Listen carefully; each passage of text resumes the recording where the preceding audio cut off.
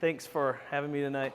So I'm the kind of the thing behind this. I don't know. It sounds weird to say the visionary behind Rust Belt, but that's what I am. I kind of put this together, and Nate asked me to talk tonight, or asked if I wanted to say anything tonight, and I just said, you know, I'd love to just thank you guys for everything that you do here within these walls.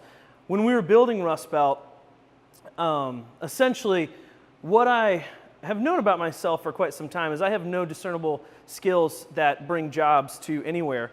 And so I thought, you know, but I want to do my part. I love this city. I love to see things grow and develop, and I love being a part of something that is coming from almost nothing, you know, and honestly, just selfishly, I wanted to insert myself into the growth and the evolution of Toledo, but I don't really know how to do anything that is necessary, and so I decided that what I could do is something that's completely unnecessary, but a lot of fun. So we built Rust Belt around the idea of creating a space that inspires, creating an atmosphere that people can come into, feel comfortable, people can come into and feel creative, and they can see what Toledo can be, not because we're something great or anything like that, but just simply from the building itself. The whole vision of this place was to knock down everything that covered up the beauty that was here. And so that's why we exposed the brick.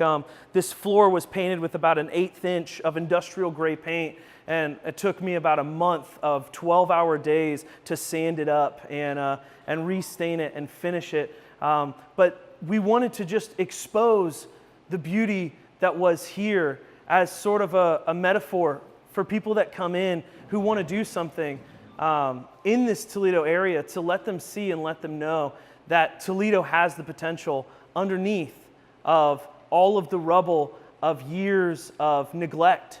There is something beautiful under there. As I was thinking about tonight, I stumbled across this idea. I guess it's an idea in physics, which I don't know anything about. So if I get this wrong, just don't correct me if you are in physics, because I know that I almost called you physicians, but you're not physicians. That's a different thing. I'm not smart.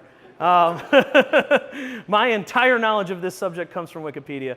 But the Latin term for it, I guess, is horror vacui. And it comes from Aristotle, and it's simply the idea that nature abhors a vacuum. Now I don't know if anybody's into this, that it is disputed in physics. I don't know anything about that, okay? But it's been taken on as kind of an art philosophy, a social philosophy. It's kind of an idea that has grown into other parts of the world. And it's this idea that nature hates a space where there is nothing.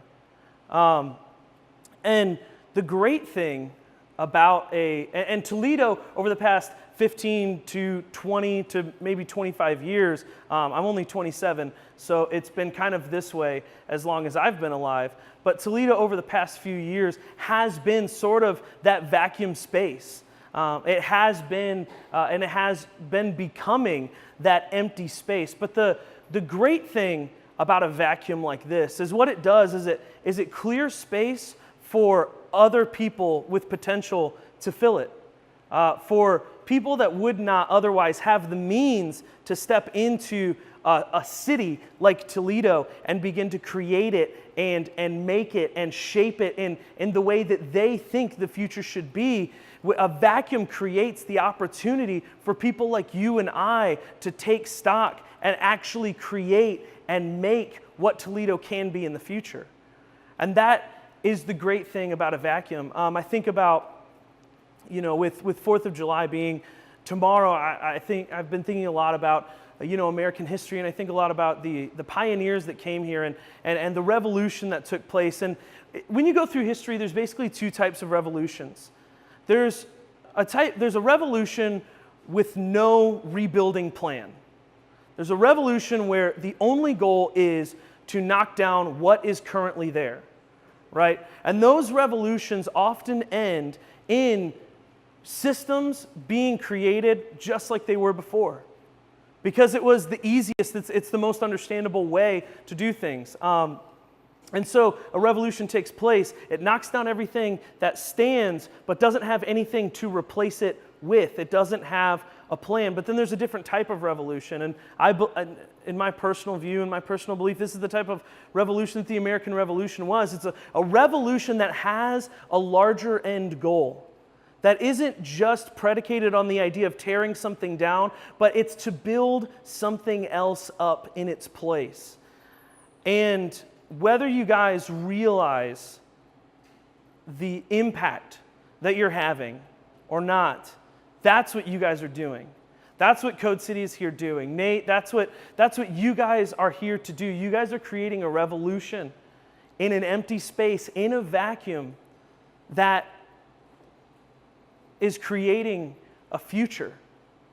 You are shaping the environment in which we live. And I just wanted to thank you guys for that. I grew up, my dad, if you know him, he looked a lot more in his younger days just like Sylvester Stallone. I mean, exactly like him. He had, he's Mediterranean, he's technically Greek, but he could be Italian, you know what I mean?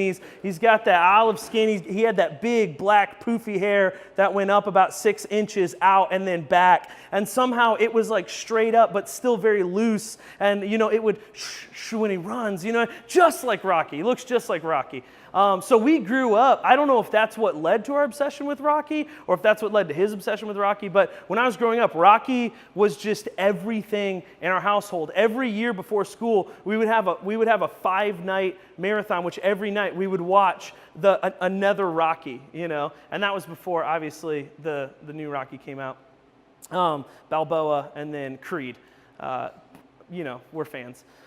But every night, and so Rocky, the reason I guess I fell in love with Rocky and the reason it was formative for me is because Rocky was in no way special.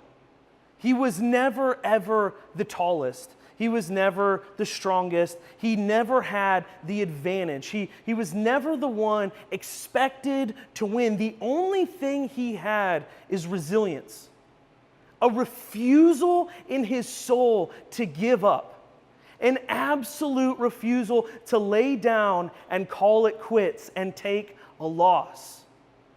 My favorite quote, and I'm sure many of you guys will be familiar with this quote, but it's just always been greatly impacting to me. It's actually, I believe it's from Balboa. It says, "You, me, or nobody is going to hit as hard as life. But it ain't about how hard you hit. It's about how hard you can get hit and keep moving forward. How much you can take and keep moving forward. That's how winning is done."